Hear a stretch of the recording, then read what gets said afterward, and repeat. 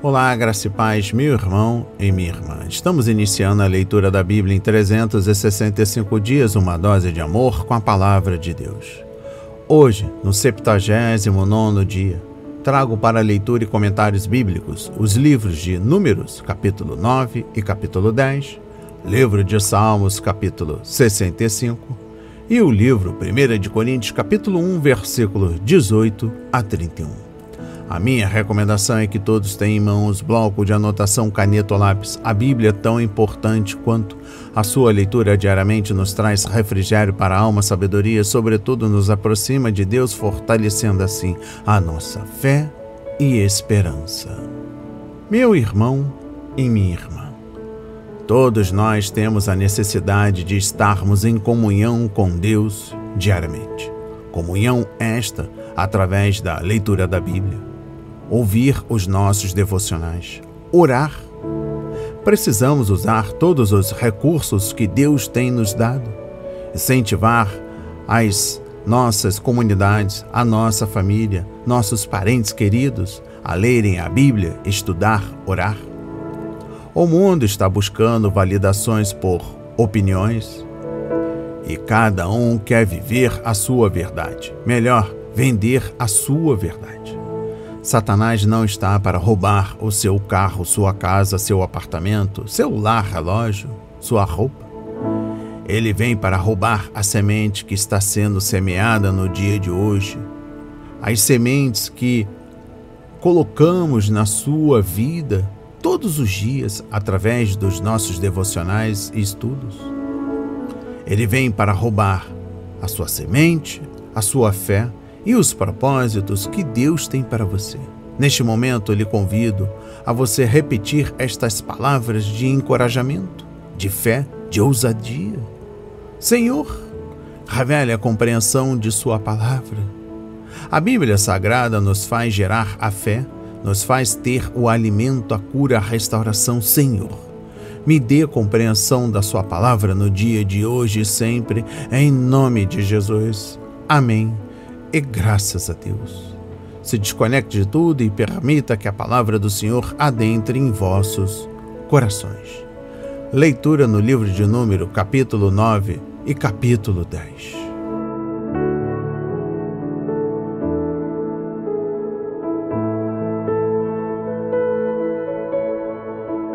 A celebração da Páscoa.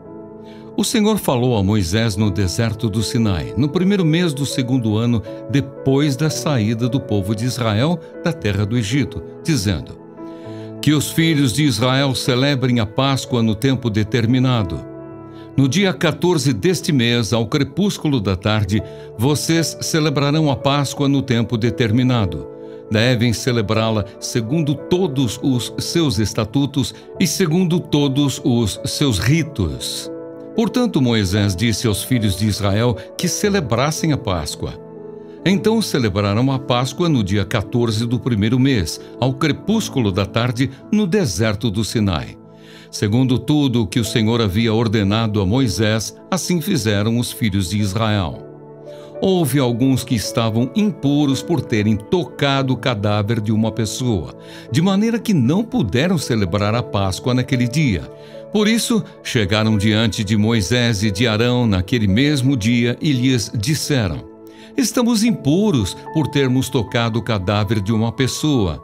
Por que havemos de ser privados de apresentar a oferta do Senhor no tempo determinado no meio dos filhos de Israel?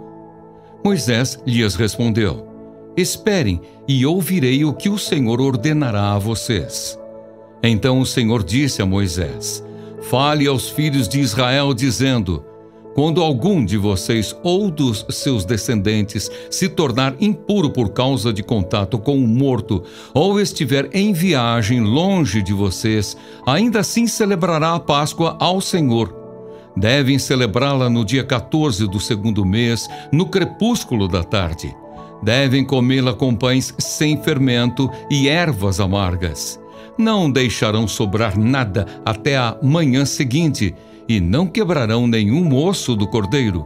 Farão tudo segundo todo o estatuto da Páscoa. Porém, se um homem estiver puro, não estiver em viagem e deixar de celebrar a Páscoa, esse será eliminado do seu povo, porque não apresentou a oferta do Senhor no tempo determinado. Tal homem levará sobre si o seu pecado.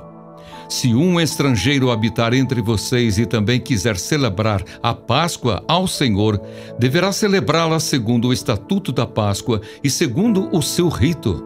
Vocês terão um só estatuto, tanto para o estrangeiro como para o natural da terra. A nuvem sobre o tabernáculo. No dia em que foi levantado o tabernáculo, a nuvem cobriu o tabernáculo, a saber, a tenda do testemunho. E à tarde estava sobre o tabernáculo uma aparência de fogo até a manhã seguinte. Assim acontecia sempre, a nuvem o cobria, e de noite havia aparência de fogo. Quando a nuvem se erguia de sobre a tenda, os filhos de Israel se punham em marcha, e no lugar onde a nuvem parava, aí os filhos de Israel acampavam. Segundo o mandado do Senhor, os filhos de Israel partiam, e segundo o mandado do Senhor, acampavam. Por todo o tempo em que a nuvem pairava sobre o tabernáculo, permaneciam acampados. Quando a nuvem se detinha muitos dias sobre o tabernáculo, os filhos de Israel cumpriam a ordem do Senhor e não partiam. Às vezes a nuvem ficava poucos dias sobre o tabernáculo. Então, segundo o mandado do Senhor, permaneciam e, segundo a ordem do Senhor, partiam. Às vezes, a nuvem ficava desde a tarde até a manhã seguinte.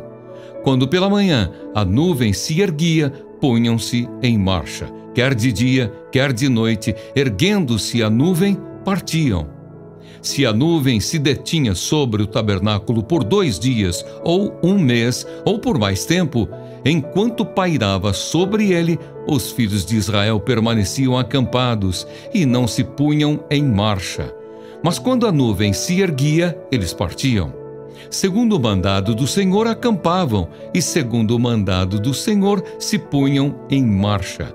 Cumpriam o seu dever para com o Senhor, segundo a ordem do Senhor, por meio de Moisés. As 2 trombetas de prata. O Senhor disse a Moisés: faça 2 trombetas de prata batida. Elas serão usadas por você para convocar a congregação e para dar o sinal de partida dos arraiais. Quando tocarem as 2 trombetas, toda a congregação se ajuntará a você à porta da tenda do encontro. Mas quando tocar uma só, se ajuntarão a você os chefes, os cabeças dos milhares de Israel. Quando vocês derem um toque de alarme, partirão os arraiais que estão acampados do lado leste. E quando derem um segundo toque de alarme, então partirão os arraiais que estão acampados do lado sul. Para a partida, deve soar um toque de alarme. Para reunir a congregação, devem tocar as trombetas, mas não na forma de alarme. Os filhos de Arão, sacerdotes, tocarão as trombetas, e isto será para vocês por estatuto perpétuo de geração em geração. Quando na sua terra vocês saírem a lutar contra os inimigos que os oprimem, também tocarão as trombetas na forma de alarme, e diante do Senhor, o Deus de vocês, haverá lembrança de vocês, e serão salvos de seus inimigos. Também nos dias de alegria e nas festas fixas e no princípio de cada mês, toquem as suas trombetas sobre os seus holocaustos e sobre os seus sacrifícios pacíficos, para que sejam por memorial diante do seu Deus. Eu sou o Senhor, o Deus de vocês. Os israelitas partem do Sinai. No 2º ano, no 2º mês, aos 20 dias do mês, a nuvem se ergueu de sobre o tabernáculo da congregação. Os filhos de Israel puseram-se em marcha, partindo do deserto do Sinai, jornada após jornada, e a nuvem repousou no deserto de Parã. Assim, pela primeira vez, se puseram em marcha, segundo o mandado do Senhor por Moisés. Primeiramente partiu o estandarte do arraial dos filhos de Judá, segundo as suas turmas, e sobre o seu exército estava Naasson, filho de Aminadab.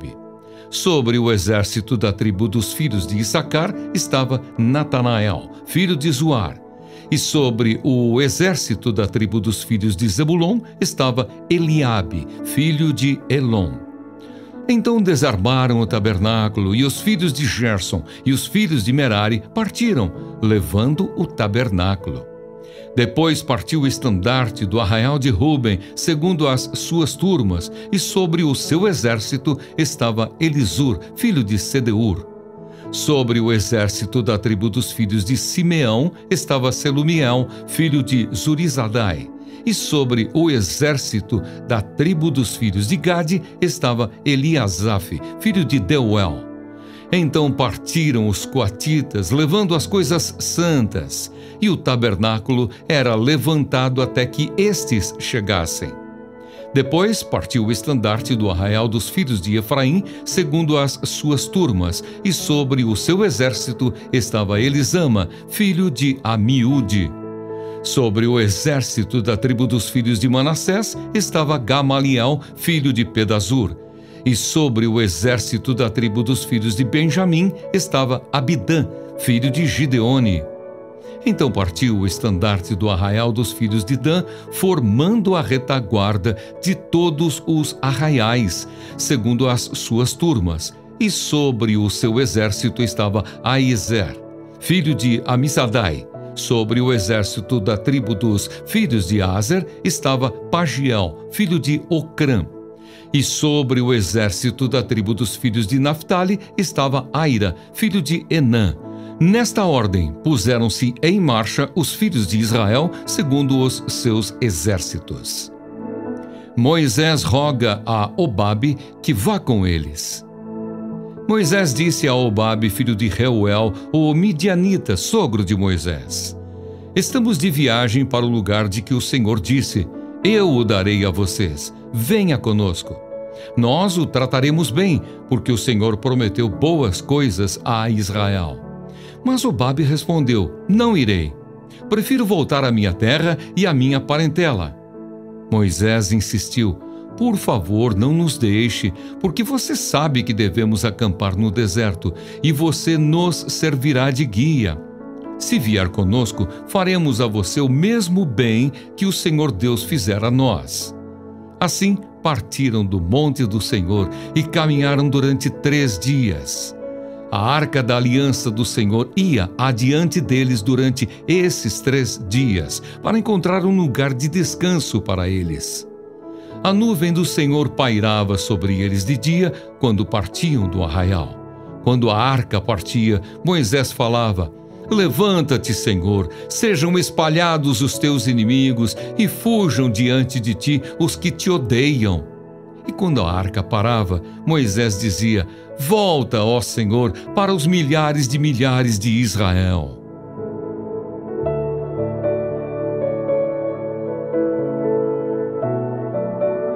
Amém. Compreendendo o livro de Números, capítulo 9, exposição bíblica dos versículos 1 a 14. Os eventos registrados em Números, capítulos 1 a 6, foram precedidos por aqueles descritos em capítulo 7, versículo 1 e capítulo 9, versículo 15. Estamos agora no 2º ano da história nacional de Israel. O tabernáculo foi armado no 1º dia do 1º mês.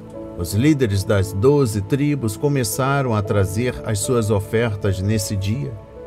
Um procedimento que durou 12 dias. No 13º dia, os levitas foram consagrados e no 14º, os judeus celebraram a Páscoa. Exposição bíblica dos versículos 1 a 5.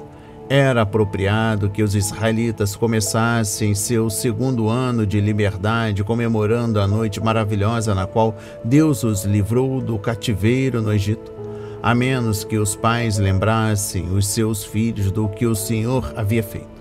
Não demoraria muito para que a próxima geração se afastasse da fé, conforme Deuteronômio 6, versículos 1 a 9.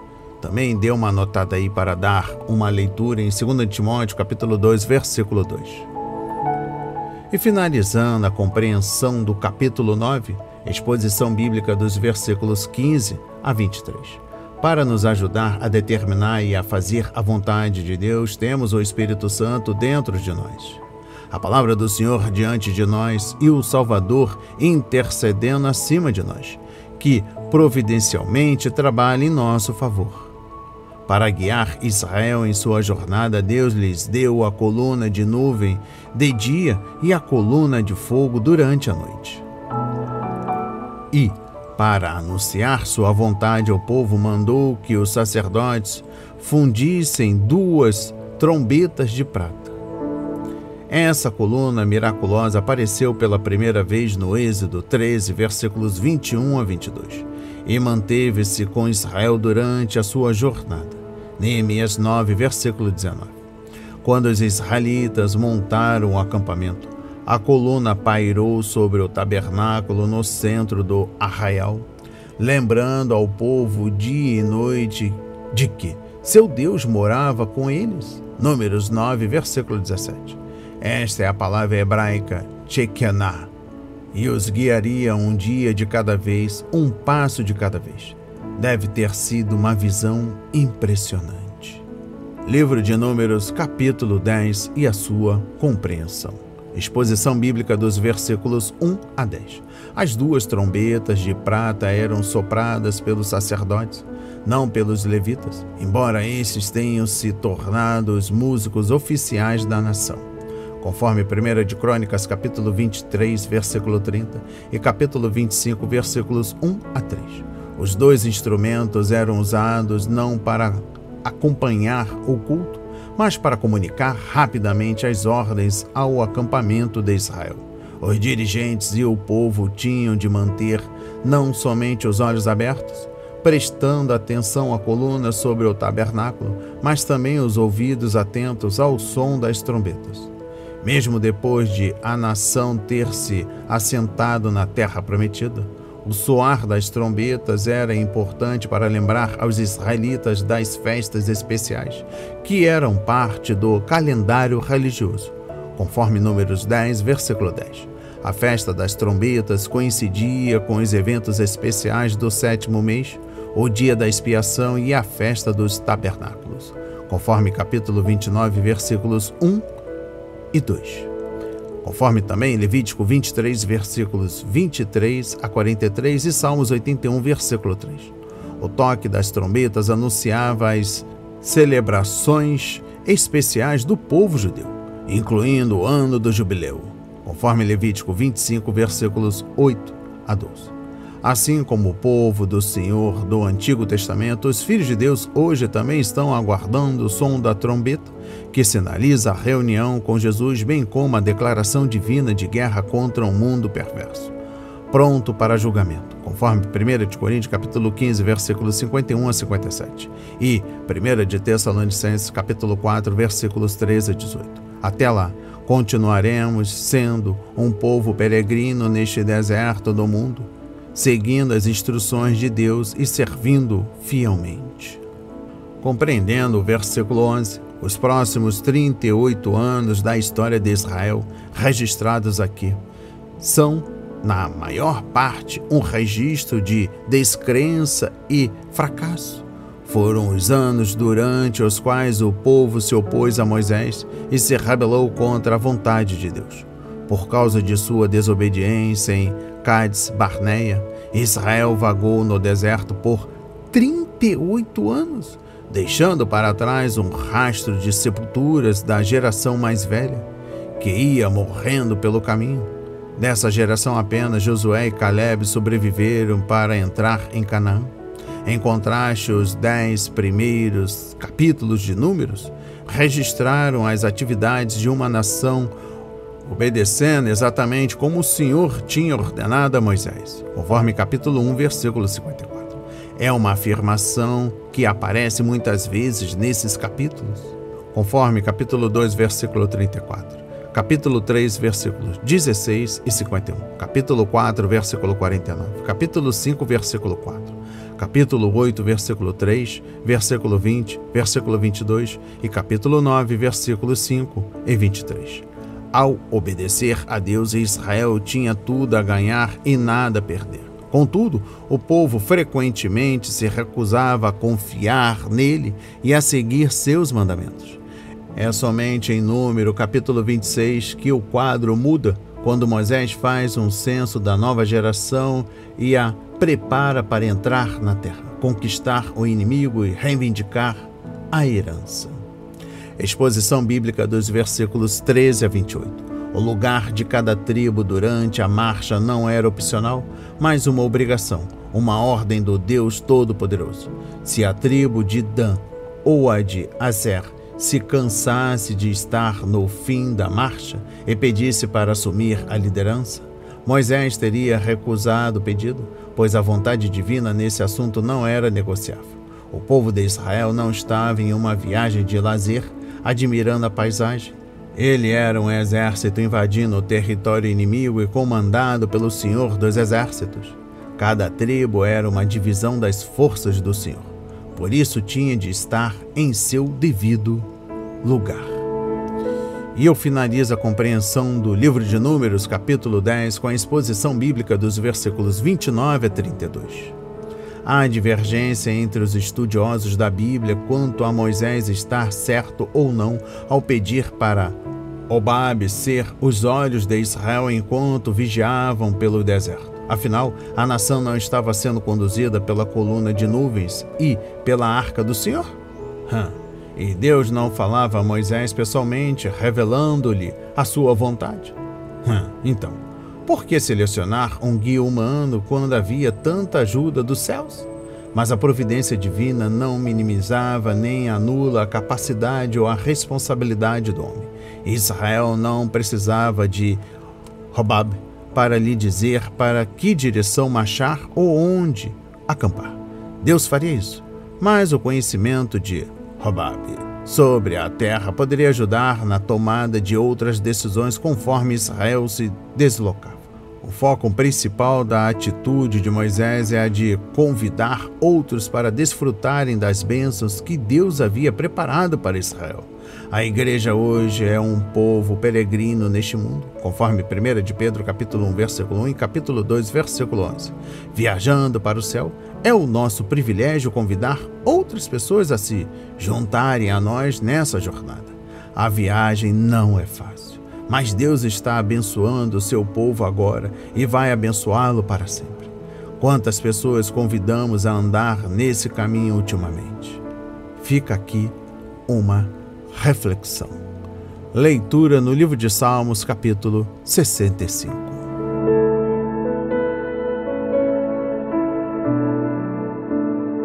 Gratidão pelas colheitas. Ao mestre de canto de Davi. Cântico. A ti, ó Deus, o louvor é devido em Sião, e a ti se pagarão os votos. Ó tu que escutas a oração, a ti virão todas as pessoas por causa de suas iniquidades. Se prevalecem as nossas transgressões, tu as perdoas. Bem-aventurado aquele a quem escolhes e aproximas de ti, para que habite nos teus átrios. Ficaremos satisfeitos com a bondade de tua casa, o teu santo templo. Com tremendos feitos nos respondes em tua justiça, ó Deus, Salvador nosso, esperança de todos os confins da terra e dos mares longínquos. Com a tua força consolidas os montes, cingido de poder. Tu acalmas o rugido dos mares, o ruído das suas ondas e o tumulto dos povos. Os que habitam nos confins da terra temem os teus sinais. Os que vêm do Oriente e do Ocidente, tu os fazes exultar de júbilo. Tu visitas a terra e a regas. Tu a enriqueces grandemente. Os ribeiros de Deus são abundantes de água. Provês o cereal, porque para isso preparas a terra, regando-lhe os sulcos e desmanchando os torrões. Tu a amoleces com chuviscos e lhe abençoas a produção. Coroas o ano da tua bondade, as tuas pegadas destilam fartura, destilam sobre as pastagens do deserto, e de júbilo se revestem as colinas. Os campos se cobrem de rebanhos, e os vales se enchem de espigas, exultam de alegria e cantam.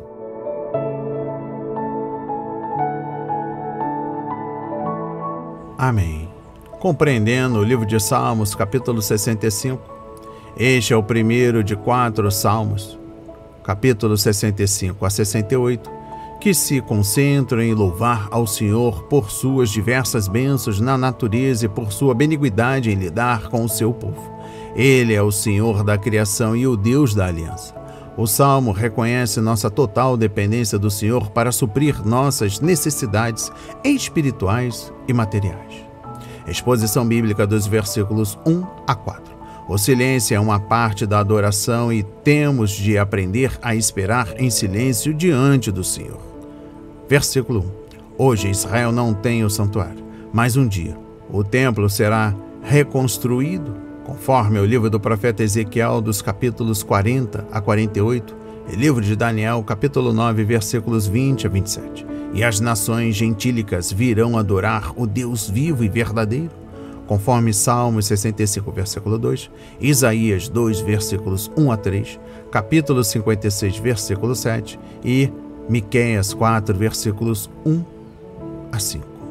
Compreendendo o versículo 4, os sacerdotes eram escolhidos por Deus para servir no santuário, conforme Números 16, versículo 5. Mas Deus queria que todos os membros de seu povo escolhido vivesse como sacerdote, conforme Êxodo 19, versículos 3 a 8, Deuteronômio 7, versículos 6 a 11, Salmos 33, versículo 12. Hoje, os cristãos são um reino de sacerdotes, conforme 1 de Pedro, capítulo 2, versículos 9 a 10 e Apocalipse 1, versículos 5 e 6, escolhidos pelo Senhor, oferecendo-lhe louvor e adoração.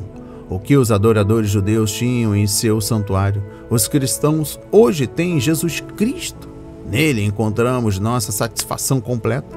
Temos todas as bênçãos só por causa da graça de Deus, pois Ele nos escolheu, conforme João 15, versículo 16. Exposição bíblica dos versículos 5 a 8. De dia e de noite a criação de Deus dá testemunho para as nações e elas não têm desculpa, conforme capítulo 19, versículos 1 a 6, Romanos 1, versículos 18 a 25, capítulo 10, versículos 14 a 18. Jesus Cristo é a única esperança do mundo. O bramido dos mares é um símbolo das nações em tumulto e confusão. Salmos 65, versículo 7, Isaías 17, versículos 12 a 13. E também capítulo 60, versículo 5, e o livro do profeta Daniel, capítulo 7, versículos 2 a 3. Do leste ao oeste, do nascer ao pôr do sol, o nome de Deus será reverenciado. Que texto missionário!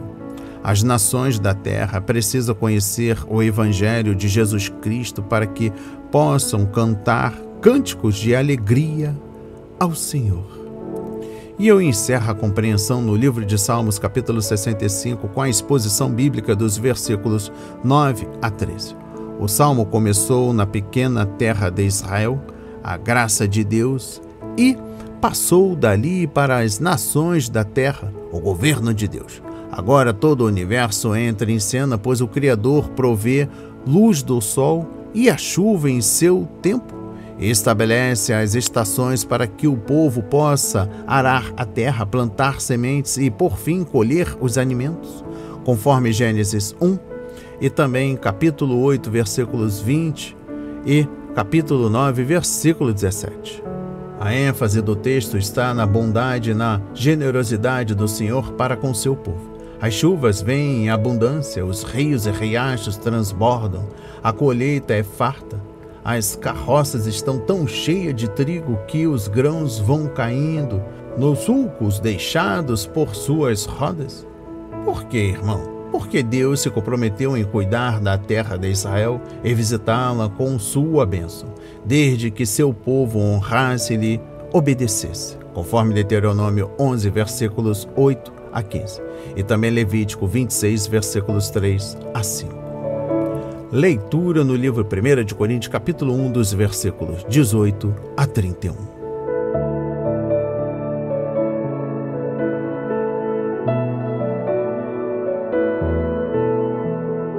A mensagem da cruz. Certamente a palavra da cruz é loucura para os que se perdem, mas para nós que somos salvos, ela é poder de Deus. pois está escrito: destruirei a sabedoria dos sábios e aniquilarei a inteligência dos inteligentes.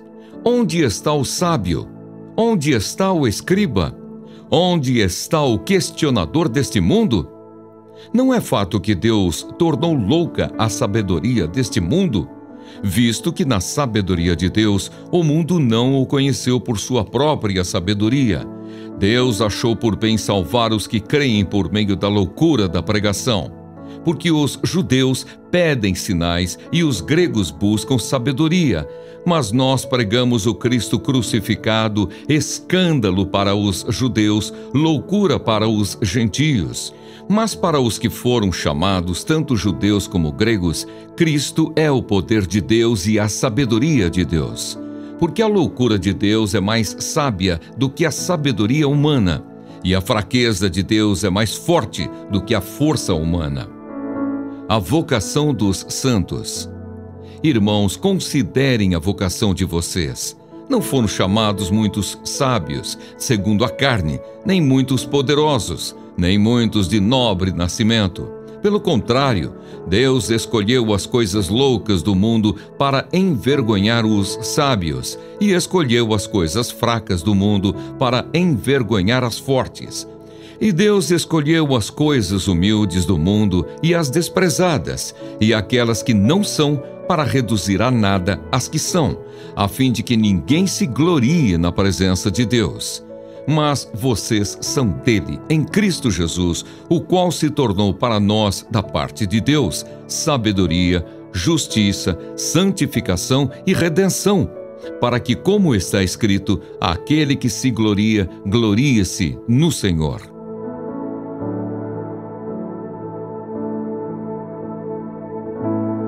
Amém. Compreendendo o livro 1 de Coríntios, capítulo 1, versículos 18 a 31, exposição bíblica dos versículos 18 e capítulo 2, versículo 16. Paulo expressou a ideia central nesta sessão de que não devemos ousar misturar a sabedoria humana com a mensagem revelada de Deus.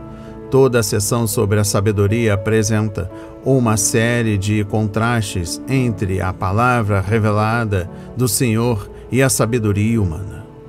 Compreendendo o versículo 23a, alguns se escandalizaram com a cruz. Esta foi a atitude dos judeus. Sua ênfase estava nos sinais miraculosos e a cruz parecia mostrar fraqueza. Uma vez que estavam à procura de poder e grande glória, os judeus tropeçaram na fraqueza da cruz. Compreendendo o versículo 23b, alguns riram da cruz. Esta foi a resposta dos gregos. Para eles, a cruz era loucura. Os gregos enfatizavam a sabedoria. Na verdade, nós ainda hoje estudamos os escritos profundos dos filósofos gregos. Contudo, eles não viam sabedoria na cruz, pois olhavam para ela do ponto de vista humano. Compreendendo o versículo 24, aqueles que creem conhecem o poder e a sabedoria da cruz. Paulo não alterou sua mensagem quando se virou de uma plateia judaica para uma grega. Ele pregou Cristo crucificado, a loucura da pregação, conforme versículo 21. Não significa que o ato da pregação de Paulo era loucura, mas sim o conteúdo da mensagem. Somos chamados à comunhão por causa de nossa união com Cristo. Ele morreu por nós, somos batizados em seu nome e nos identificamos com a sua cruz. Que base maravilhosa para a unidade espiritual. Exposição bíblica dos versículos 26 a 31. O Evangelho da graça de Deus não dá lugar à vanglória pessoal. O Senhor não se impressiona com a nossa aparência, posição social, herança natural, situação financeira ou pelo que conquistamos. Observe que Paulo escreveu que poucos, e não ninguém, eram sábios segundo o mundo. No Novo Testamento vemos cristãos de posição social elevada, mas não são muitos. A descrição que Paulo faz dos convertidos certamente não eram bajuladora, conforme capítulo 6, versículos 9 a 11. E eu finalizo a leitura da Bíblia e também da compreensão de 1 de Coríntios capítulo 1, versículos 18 a 31, com a exposição bíblica dos versículos 26 a 29. Eles não eram sábios, poderosos ou nobres. Deus os chamou não por causa do que eram, mas a despeito do que eram. A igreja de Corinto era composta principalmente de pessoas comuns que eram pecadoras. Deus escolheu os tolos, os fracos, os de nascimento humilde e os desprezados para mostrar ao mundo orgulhoso a necessidade que todos têm da graça de Deus. O mundo perdido admira nascimento, posição social, sucesso financeiro, poder e reconhecimento. Nenhum desses atributos pode garantir a vida eterna. Recebam essas palavras na autoridade de Jesus.